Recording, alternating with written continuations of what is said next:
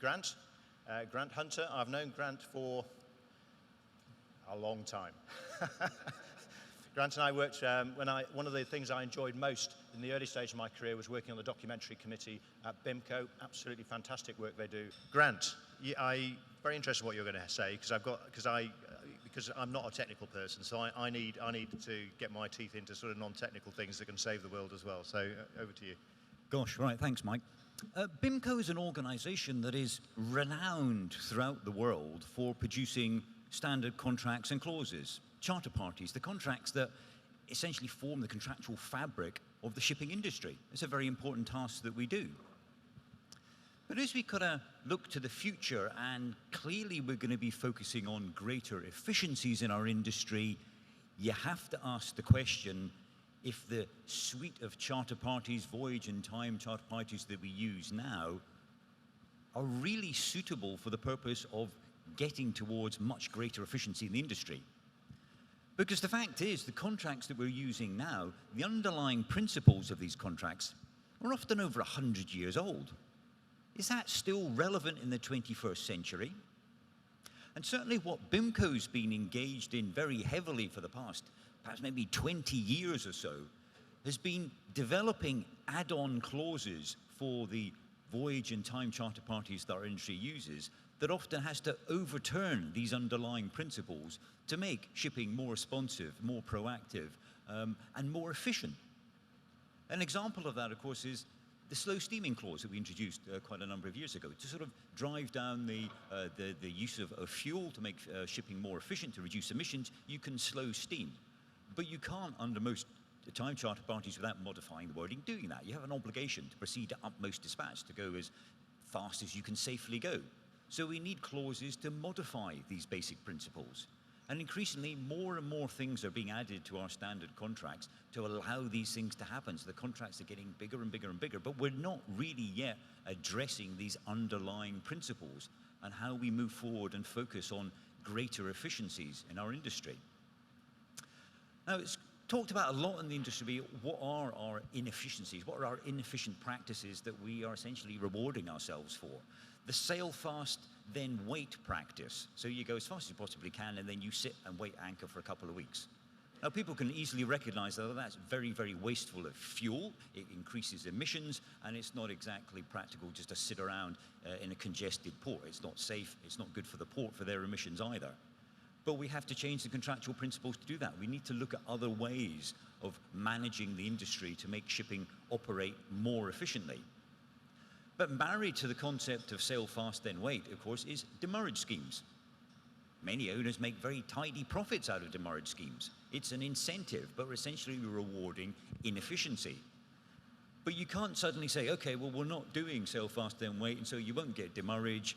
That's not going to work. To be brutally honest, people are in business to make money, not to save the planet. So you need to give them good financial incentives. If you're going to take away demurrage schemes, take away sail fast, then wait principles, there needs to be something else in there that works for the industry. And so we really need to look very hard at ourselves and hard at these contractual principles and see what we need to do to make the industry operate more efficiently. We've been talking about new fuels at the moment. New fuels are fine, but we've also identified lots of problems, security of supply in the future, the fact that we're looking at, 3 or 4 different types of alternative fuels in the future. How are we going to get them? If you're involved in the bulk industry and you're tramping around the world, you need that security of supply of these different fuel types. We know the calorific value is much lower, so you'd have to carry more of it. So the future is not rosy when we look into the long term. You're looking at ships that even once we get to sort of zero carbon, you're not going to be speeding back up again. The fuels are going to be more expensive. They're not going to be easy to get hold of. You're going to have to carry more of them. The world needs to change. And so I think we have to start recognizing that when we look at future business models, we really have to start thinking about how we move away from what we're doing now. Now, there are various concepts around that will help us make the shipping industry efficient now, and I'm a strong believer that we do need to take action immediately. We don't need to wait for alternative fuels. There's lots of things that we can do now to help reduce emissions on our ships, from our ships. And the more we do now, that means we'll be less reliant on reliable fuels in the future. So when we look at concepts like virtual arrival, just-in-time arrival, blue VISB solutions, these are things that can really dramatically reduce emissions from our ships and make shipping more efficient. They're worth pursuing. They're difficult to do. We have yet to see a successful just-in-time arrival scheme operating in the bulk shipping industry because it involves multiple stakeholders.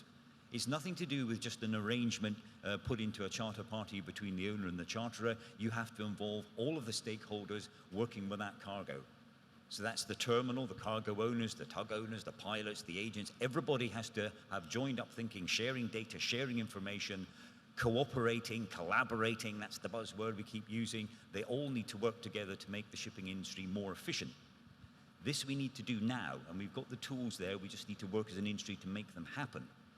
But in the longer term, we can't work as an industry just in isolation to think we make ourselves more efficient and that's enough.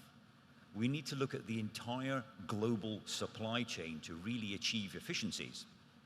Because what we recognize as an suboptimal practice in the industry of sail fast, then wait, for a cargo owner, that's an optimal practice. And that's when the two things collide. How do we resolve these things? For a cargo owner, it may well suit them very well to have several ships sitting at anchorage in a port so that they have the cargo available. If there's any delays to a ship due to weather, there's another ship waiting there. If it's for loading, they don't want to wait for one ship to arrive before they load and then have to wait for another one to arrive. If there's any hiccups in the system, then you impact on the global supply chain, which is effectively meant to be a continuous pipeline. Shipping is a marginal cost in the global supply chain. It's much cheaper for the cargo owners, who are the ones really calling the shots here, to have ships waiting, to have this buffer built into the system, than it is to risk having to close down a mine or delay cargo coming to a port. And we have to take this into account in the future. We have to stop thinking just about the relationship between the owner and the charterer to make shipping efficient. We have to work together with all the other key stakeholders in the global supply chain. Is that an easy thing to do? No, it's going to be really, really difficult. But it is how we have to move forward as an industry to achieve true efficiency.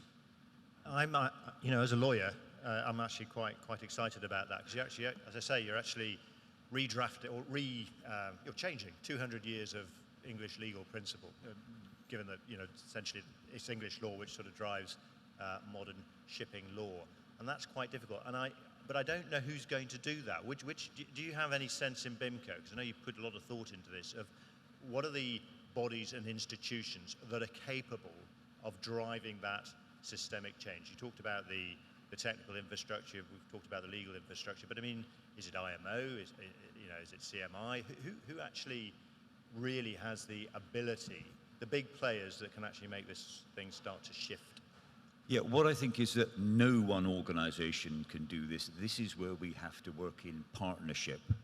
We really do have to collaborate to achieve anything like this. It's not a regulatory matter. It's more commercial and legal. We need to change cultures and mindsets in the way business is done, and to create new incentives for doing business more efficiently.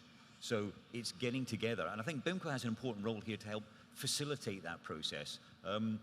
At the moment, we're kind of just socializing these ideas. We call it the Fourth Way Project, but we need to talk to all the stakeholders and get them on board. And so far, we get a very positive response. We don't have answers on how it can be done, but we need to speak to all the stakeholders. And even, the English law fraternity, they have an important role to play here as well, because every time we question, if the most commonly used time charter party in the dry bulk industry is still NYP 46. It's a 77-year-old charter party. And if you ask commercial people, why are you using such an old charter party? It even predates containerization. It talks about loading best Welsh coal for your bunkers. Why would you use that? And the answer is, well, okay, because it's backed up by case law, English case law, and that supports us for the commercial risk. We feel comfortable with it. How do we move away from that? I mean, I hear sort of, the English legal community saying we want to be agile, we want to appeal globally, so that, English law is seen very much as the mercantile law for shipping. But if you're constantly depending on case law that goes back a couple of hundred years, it's a difficult thing to see how we move forward. How do we get the commercial world to accept new contracts and new wordings? It's a big, big challenge. I'm not taking it away, but we need to talk to each other. We started the process. I say it's called the Fourth Way Project. It's looking at a new way of doing this, but everyone needs to talk to each other.